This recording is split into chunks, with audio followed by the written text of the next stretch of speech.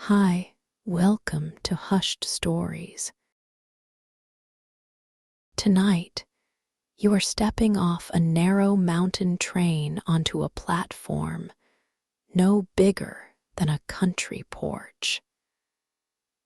Somewhere in the high Swiss Alps, in a village so tucked into its valley that the mountains must lean in to see it. The hour is very late. The snow is falling in long, patient curtains, and at the end of a cobblestone lane below the station, a single warm window glows in the dark like a lantern set out deliberately for you. Take a slow breath in through your nose. Feel the cold fill you cleanly all the way down. And as you breathe out, feel the tension of the journey leaving with it. Everything enormous and wintry and wild is out here. Everything warm and still and golden is just ahead. The platform sits on a small stone ledge cut into the hillside. And as the train pulls away behind you, its red tail lamps shrinking into the dark valley below, the silence that replaces it is extraordinary. Not the silence of absence, but the silence of presence. The deep, padded quiet of heavy snowfall, of mountains that absorb sound the way a thick carpet absorbs footsteps. Snow is settling on the timber railing beside you, on the station roof above you, on the shoulders of your coat and the brim of your collar. You stand still and let it. The sky above the valley is a dark gray violet, lit softly from below by the village itself. The mountains on either side are enormous pale shapes, more felt than seen.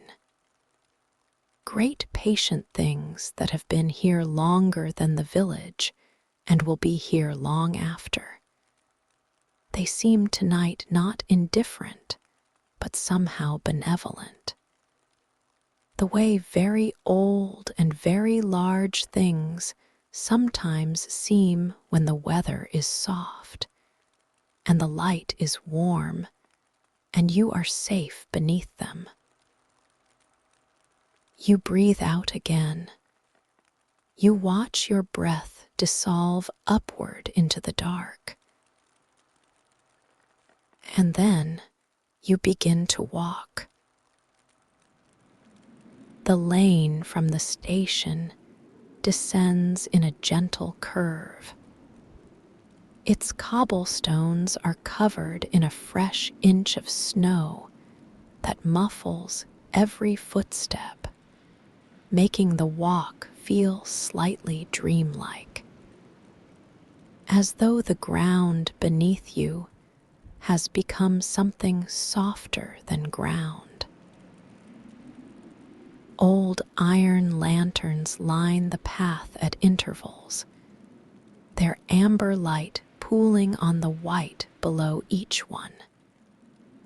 In between them, the lane passes through short stretches of soft darkness that are not frightening, but restful.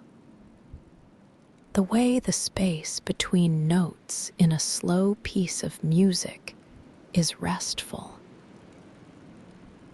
The village on either side is built in the old alpine style.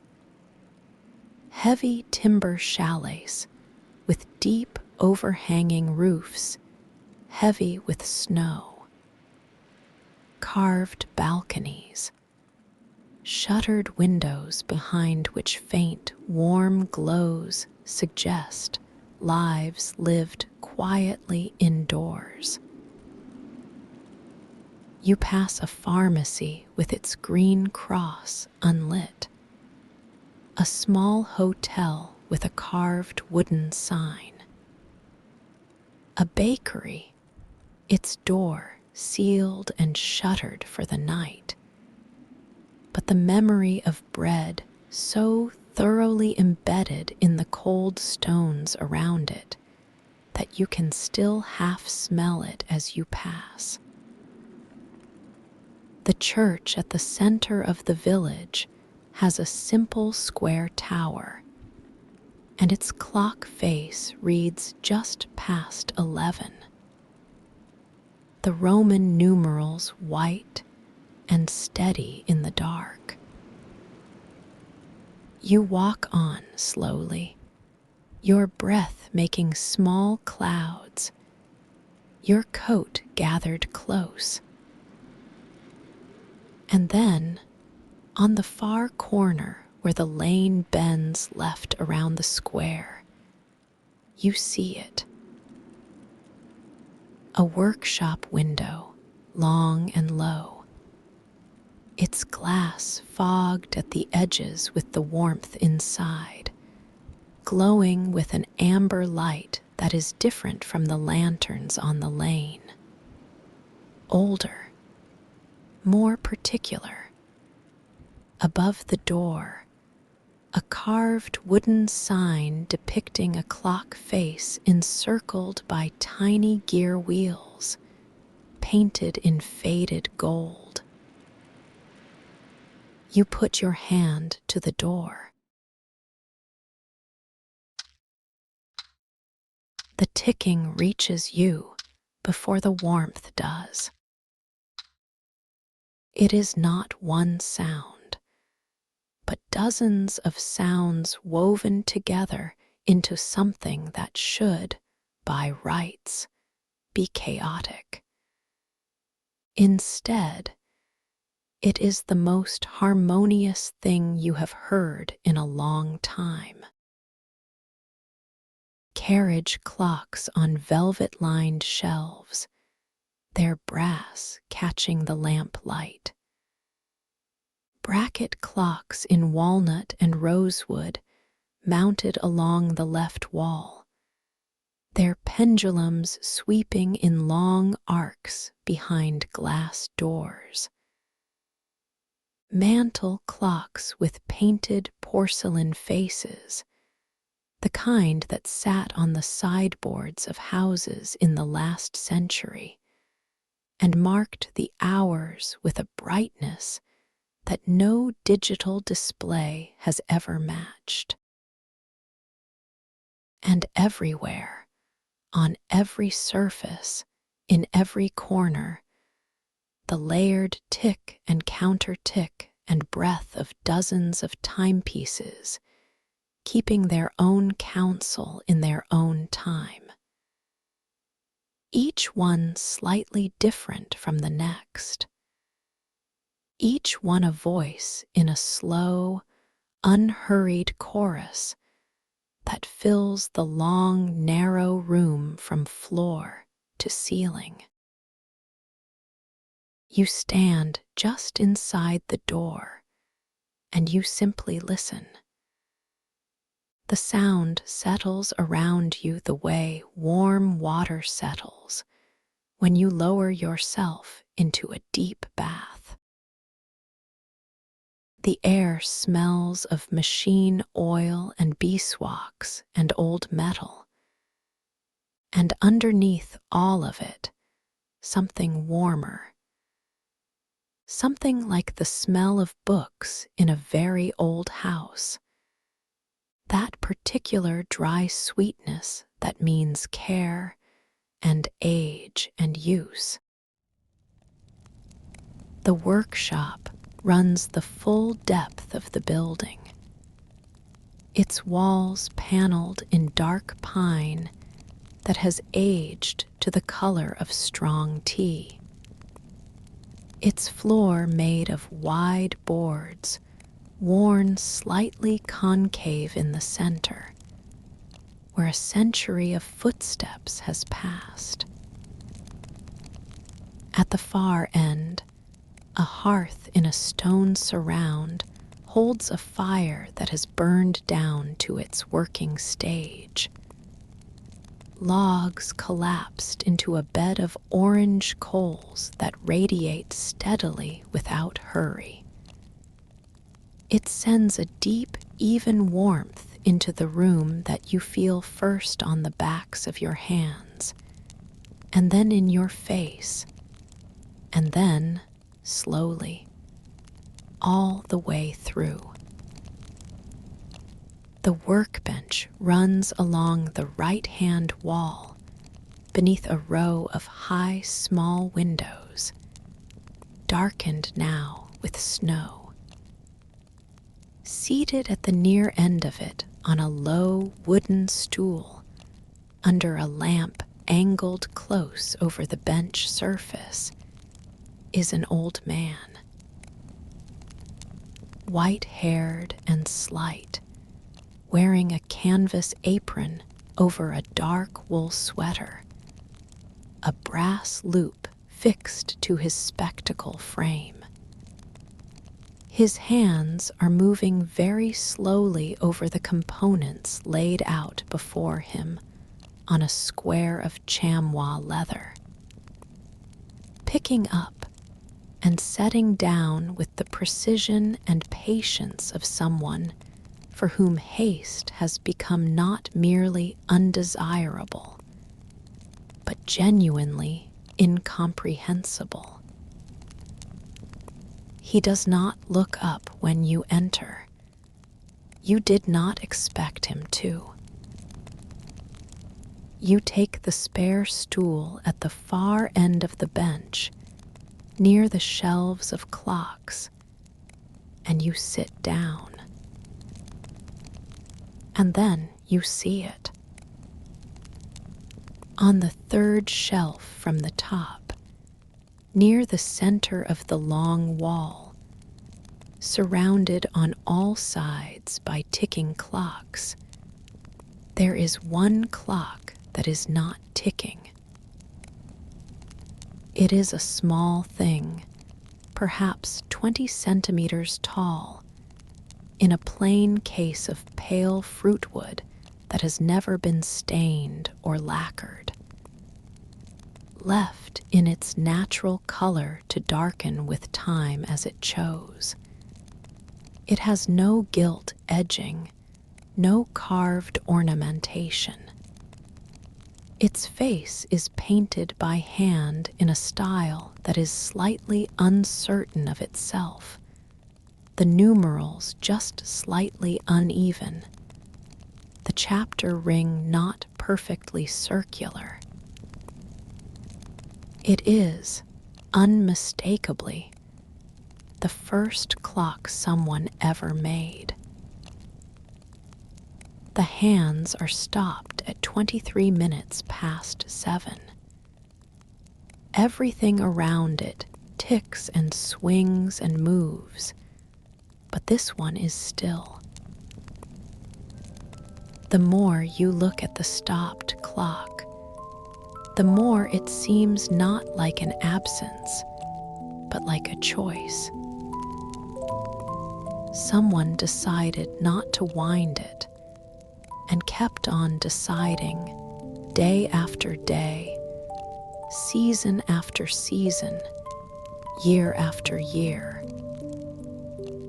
While all the other clocks in this room were wound and cleaned and repaired, and kept faithfully running. And in not winding it, preserved something, the exact moment it stopped at, the morning or the evening of whatever day that was. 23 minutes past 7 on a day you will never know and cannot trace. Perhaps the day a young man placed his first completed clock on a shelf in his first workshop and listened to it run, and felt something he could not name and has never needed to, because the stopped hands have named it for him every day since. You do not know this. You cannot know it. But sitting here in the warmth of this room with the ticking all around you and the snow soft against the windows, it feels true with the particular quiet certainty of things felt rather than understood. The old man has set aside his loop and drawn toward him a large reference book, its cloth spine repaired with brown tape, its pages marked at a dozen places with slips of paper. He opens it with the flat, familiar gesture of someone who has opened this exact book 1,000 times. He finds his place, reads for a moment with the stillness of deep concentration, and then sets it aside and returns to the work on the bench before him. His hands finding their way back to the mechanism with the ease of long habit. You watch him, and it is not boring to watch.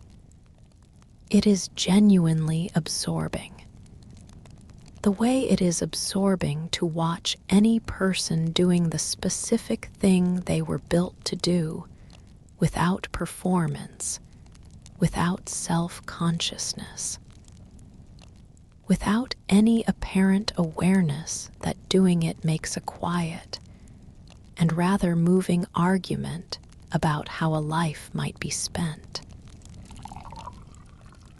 After a long while, the old man rises, moves to a small gas ring mounted on a shelf beside the hearth, and sets a copper pot to heat.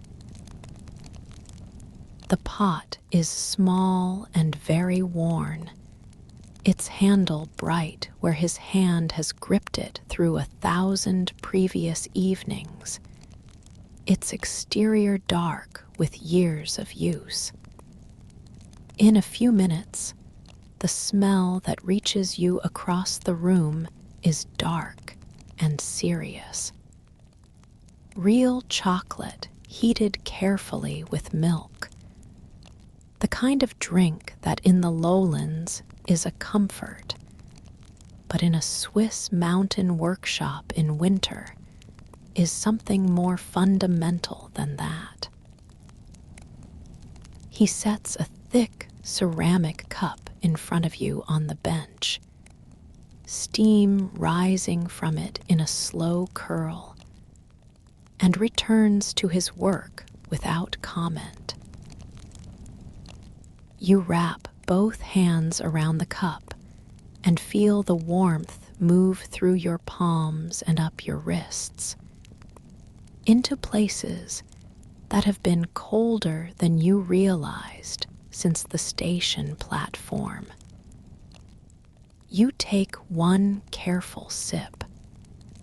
It is dense and slightly bitter, and arrives in your chest with the quiet authority of something that knows its precise purpose. You breathe out. You close your eyes for a moment.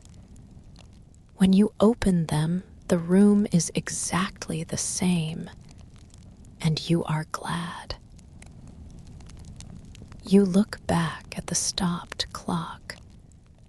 You find, to your mild surprise, that you have been looking back at it all evening. It has become a kind of anchor for your attention. not demanding it, but receiving it whenever it drifts back, while every clock around it participates in the ongoing, cooperative work of marking the hours. This one has been excused from that obligation. It simply exists, hands stopped, spring unwound, inner workings cold and still and perfectly preserved in the moment they were left. And in that stillness, paradoxically, it seems more present than the others, more completely here, not pointing toward the next minute, but resting in the minute it is already in. You notice that your breathing has arrived somewhere deep and slow without your having arranged it. Your shoulders have come down. The backs of your hands, resting on the bench, are open. The ordinary, surface-level noise of the mind, the planning and reviewing and quietly anxious accounting, has gone somewhere quieter. In its place, there is only the ticking and the fire and the warmth of the cup and the snow against the glass. The grandfather clock stands at the back of the room, its dark walnut case rising to within a hand's breadth of the ceiling. Its face bears a painted moon phase dial above the hour ring, the full moon rendered with the kind of simple, medieval tenderness that suggests the craftsman wanted to put something of himself into a practical object. The stars around the moon are in real gold leaf that shifts and glimmers as the fire moves. The grandfather does not tick so much as resonate. Its sound comes up through the floor and into your feet more than it comes through the air. The gravity of a long pendulum in a tall case, moving with the authority of something that has been doing this for 80 years or more. The old man, after a time, rises from his stool and lifts a long winding key from its hook on the wall beside the clock. He opens the small door at the base of the case and begins to wind it. He counts the turns under his breath in Swiss German, not looking at his hands, which have done this so many times they no longer require instruction. When the winding is done, he closes the case door and rests one palm flat against the walnut for a moment, open and still, a gesture that belongs only to him and the clock and asks nothing of anyone watching. Then, on his way back to the bench, he passes the shelves.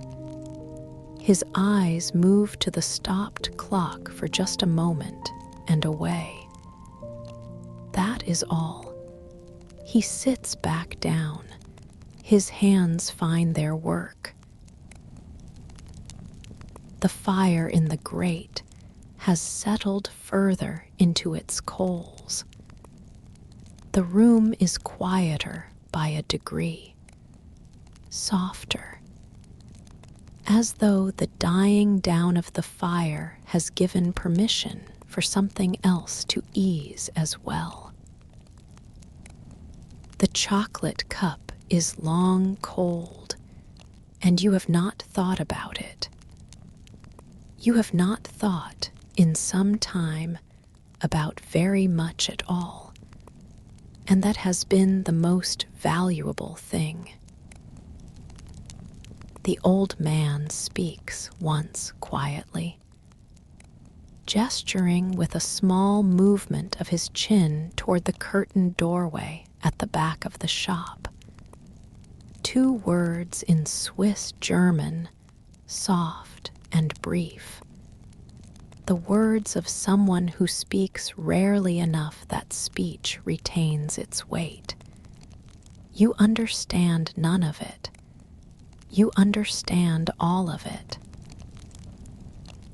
You rise from the stool.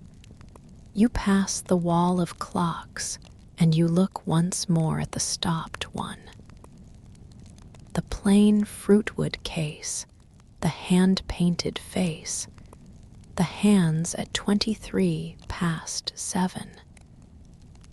And you feel toward it the warmth you might feel toward something discovered unexpectedly and kept quietly. Then you pass through the heavy curtain. The back room is small and very warm. Its shared wall holds the residual heat of the hearth, and the air here is the deep, still warmth of a space that has been gently heated for a long time. It has absorbed warmth into its walls and its floor and its blankets so thoroughly that it does not feel like a heated room so much as a warm place that has always been warm. The bed against the far wall is made up in dark red plaid wool, thick and heavy. On the pillow, a hot water bottle in a flannel cover has been there long enough to have warmed the pillow around it. A small round window set high above the headboard looks into the alley behind the shop, where a single iron lamp bracket holds a light that throws amber illumination across the falling snow. The flakes moving through it in their slow, patient spirals. A shelf holds 3 books with German spines, their covers worn. The bedside lamp is turned very low, casting a circle of light no larger than a dinner plate across the plaid blanket. Beyond that circle, the room is a soft, comfortable dark that asks nothing of your eyes. You sit on the edge of the bed and remove your boots, setting them on the floor with the neatness that comes naturally in a room that asks for care. You fold back the blanket. You lie down, and the mattress receives you with the unhurried firmness of something that has been waiting in good faith and is glad to be of use. The flannel bottle goes against your feet, and its warmth begins moving upward through your heels immediately. Slow and certain and thorough. You draw the wool blanket to your chin, and it settles over you with a weight that is exactly right. The pillow has met you at precisely the right moment.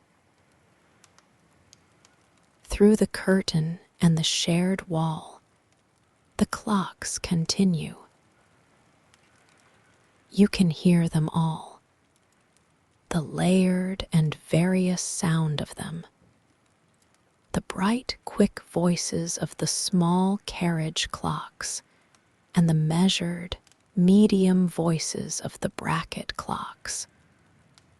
And beneath everything, at its own deep and fundamental pace, the grandfather's resonance moving through the floorboards and into your chest as a vibration rather than a sound.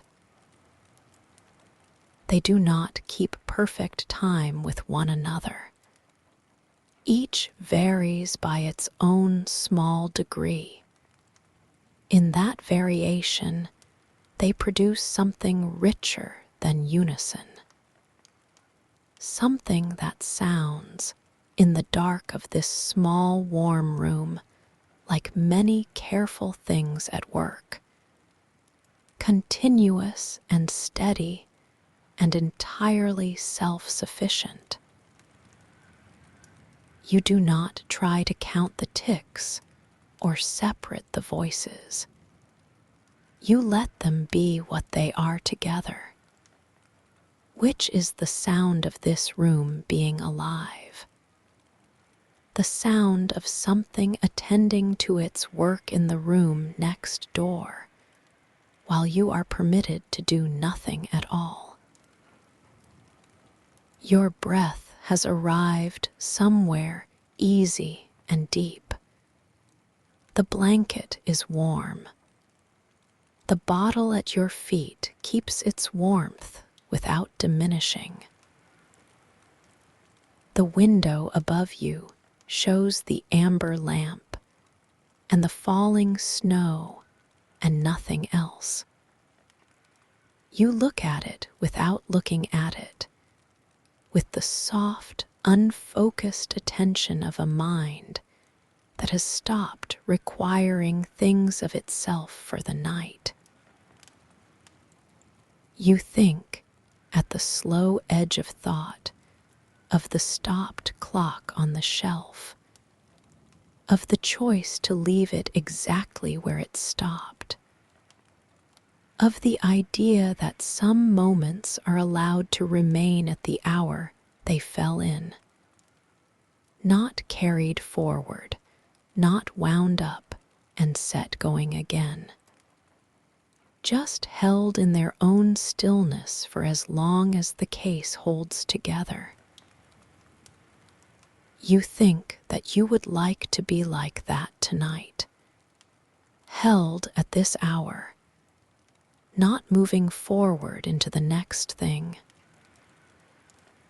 just resting here at 23 minutes past whatever hour this is, in a small warm room above a clockmaker's workshop in a village in the mountains, while the snow falls and the clocks keep the time on your behalf, and the mountains hold the valley in their patient, enormous dark.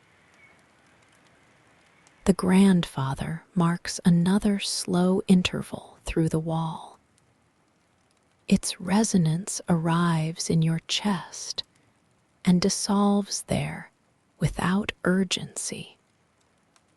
The other clocks fill the space it leaves with their lighter voices, continuous and steady. The snow keeps falling past the amber lamp in the alley.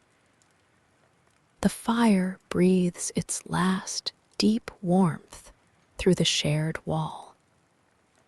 The mountains stand in the dark outside, holding everything.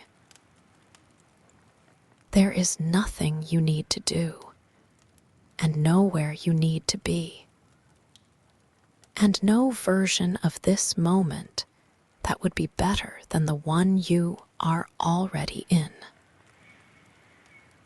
Your eyes are resting on the faint circle of the alley lamp through the window. They are not quite open.